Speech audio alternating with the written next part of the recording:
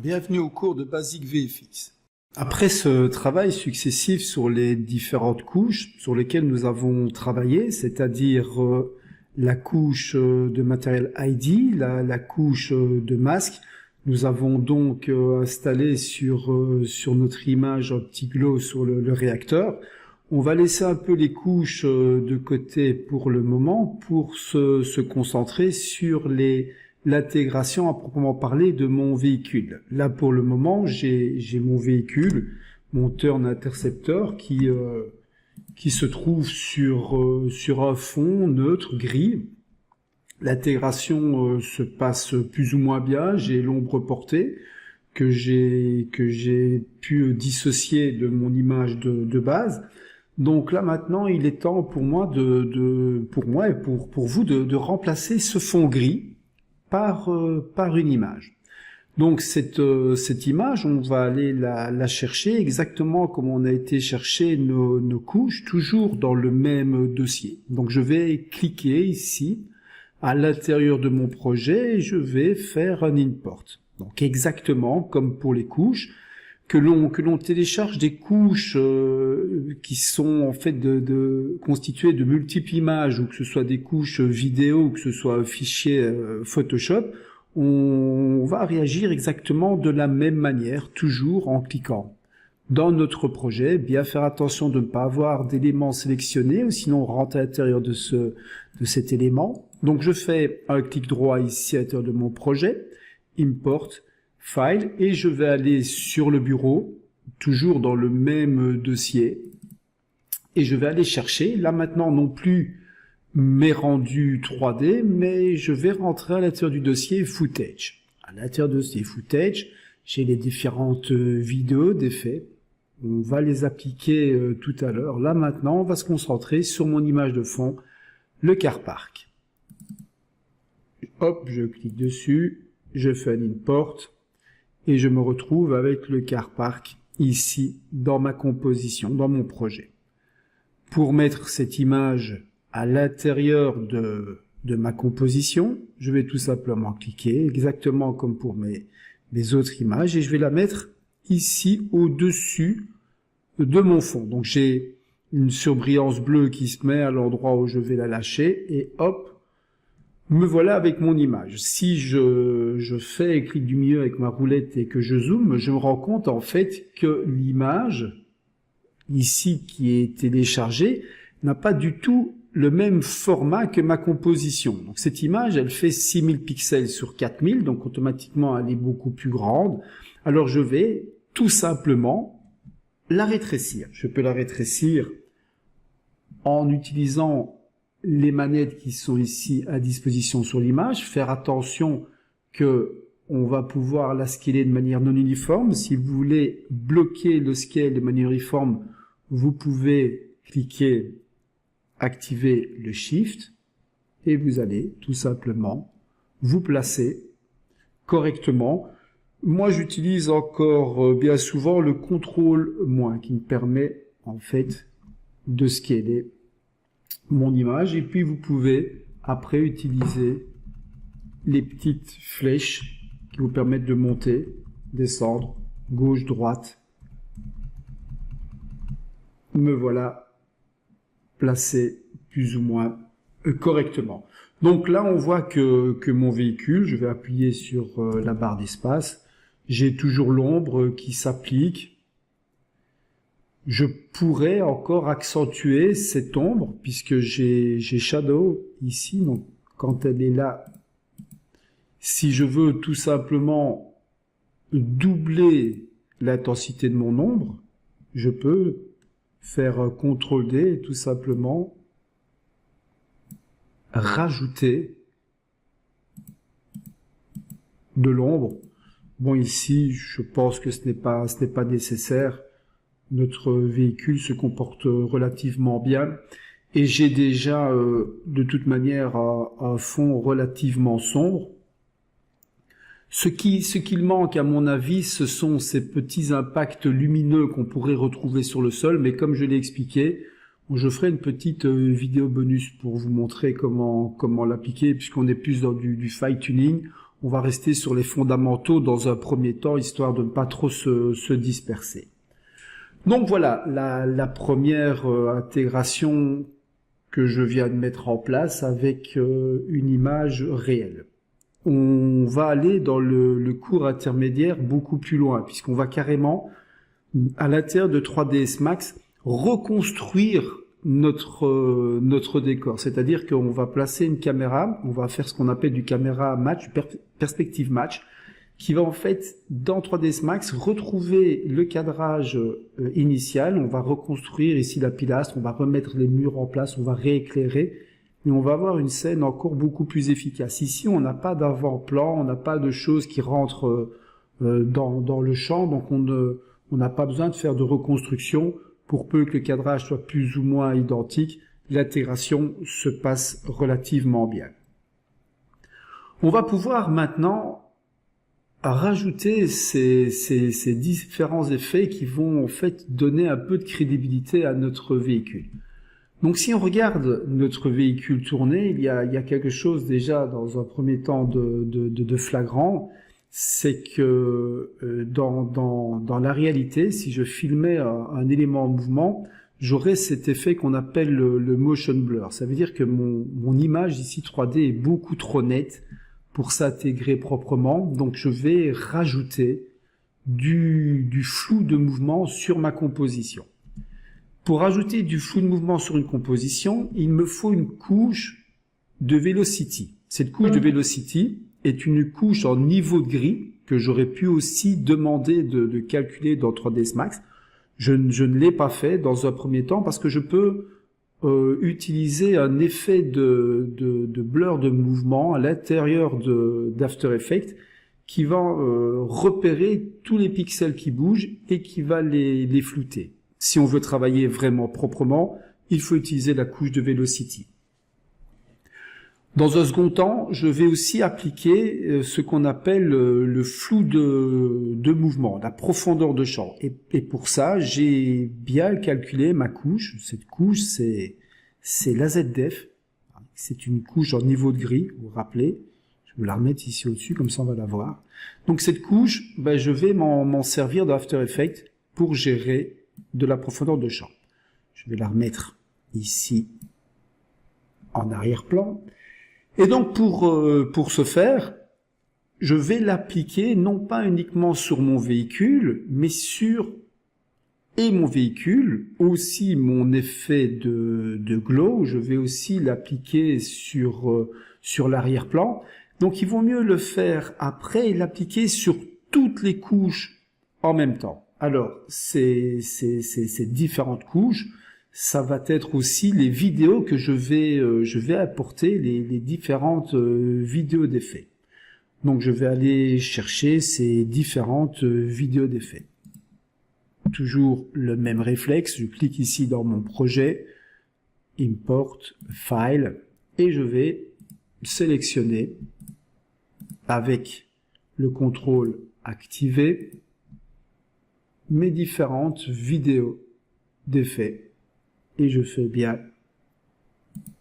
un import.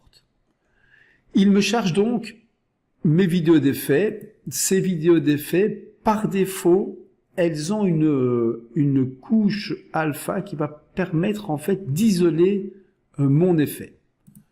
Si je regarde l'interprète footage main, je vais aussi pouvoir exactement comme sur mes images choisir. Ici, on se rend compte que il se sert du mat et il utilise la couleur noire par défaut. Je vais la laisser comme ça. Je pense que les choses vont bien se passer de cette manière. Destruction mauve, je regarde, je clique dessus, barre d'espace, et je vois en fait que j'ai une vidéo avec une dégradation du sol, un affaissement du sol que je vais mettre en dessous de mon interceptor. Je suis à l'intérieur de ce calque pour revenir sur ma composition. Je vais faire un double clic sur ma composition. Je vais prendre mon calque destruction que je vais mettre ici. Bien faire attention à l'endroit dans lequel je vais le placer. Donc si on regarde, mon effet se met bien là au milieu dans ma composition, il se met devant mon intercepteur, c'est normal, je dois définir l'endroit où je veux placer mon effet. Je vais le mettre en dessous de l'ombre et je vais le descendre pour le mettre à l'endroit où je veux qu'il s'applique. Je vais appuyer sur la barre d'espace et je me rends compte très vite que l'effet s'applique relativement bien. Alors bien sûr, on pourrait faire cet effet en 3D. Ça demanderait énormément de ressources et de compétences avec des logiciels qui permettent de gérer des fractures dans Max comme un petit plugin. Ce plugin s'appelle Refire. Il n'est pas très compliqué à mettre en route, mais si on veut faire ce genre de choses, ça va demander énormément de ressources. Alors qu'ici, grâce au template vidéo, on va gagner pas mal de temps. Et le but d'un compositeur VFX, c'est quand même de faire les choses avec le moins de budget possible, le plus rapidement possible et être le plus efficace possible. Ici, je pense que l'effet fonctionne. On va pouvoir après encore travailler sur ces couches pour mieux l'intégrer, mais on va continuer à appliquer les différents effets qui nous intéressent à ce niveau-ci. On peut, par exemple, aussi rajouter un petit peu, hop, je vais le mettre ici devant, un petit peu de poussière. Notre intercepteur pousse vers le haut, on a cette déflagration qui se met en place. Par contre, on a ce fog, cette fumée qui est un petit peu trop claire par rapport à notre fond.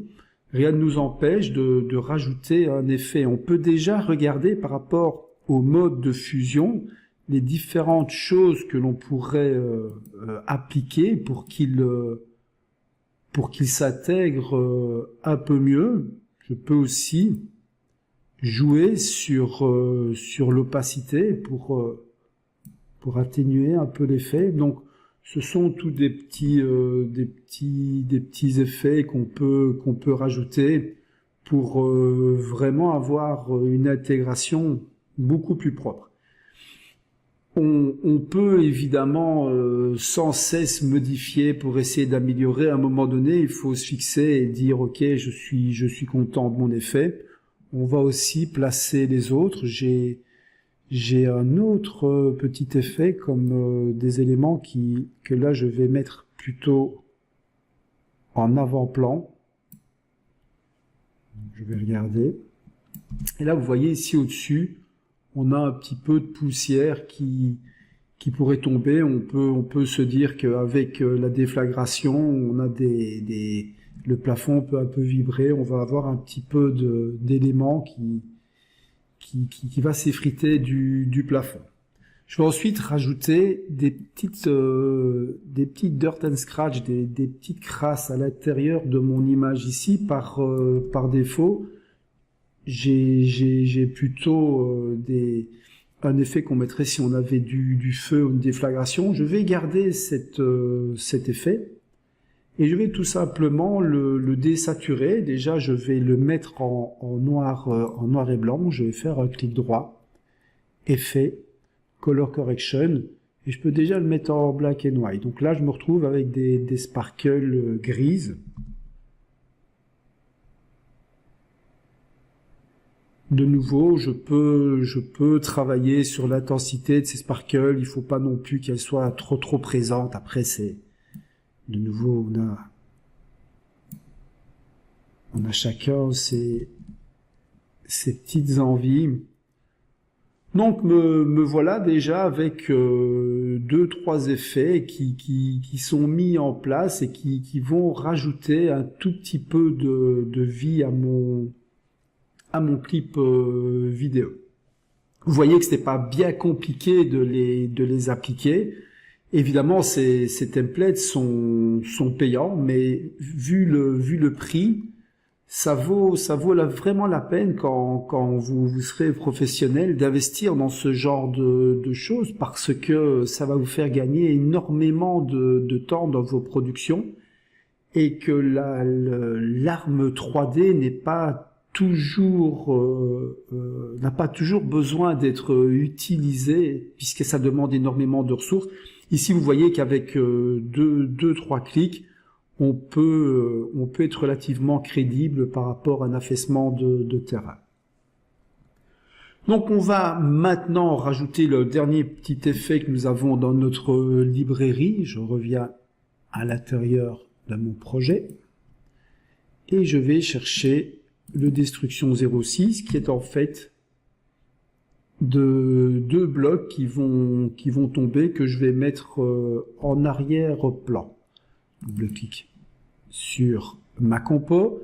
Je vais donc chercher Destruction, hop, que je vais mettre au même niveau. Dans un premier temps, je vais la mettre en avant-plan pour regarder où elle tombe. Donc là, on voit que ça vient tomber en avant-plan. Moi, je vais plutôt essayer de la placer. Donc, je vais déplacer mes briques.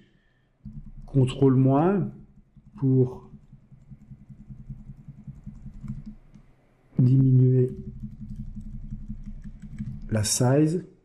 Et je repositionne mes blocs pour qu'on ait l'impression qu'ils vont tomber.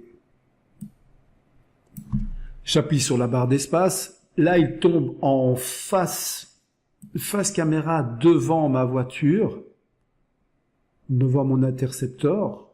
Donc, je vais positionner mon calque derrière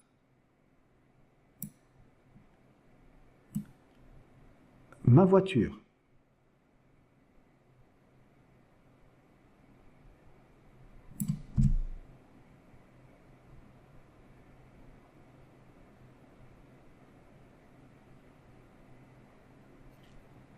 Donc à ce stade, nous avons plusieurs effets qui sont mis à l'intérieur de notre scène. Chaque effet a une teinte, une colorimétrie différente. On va un peu maintenant retravailler toutes ces couches pour essayer de les uniformiser un tout petit peu avant de rajouter un filtre supplémentaire. À tout de suite dans la prochaine vidéo.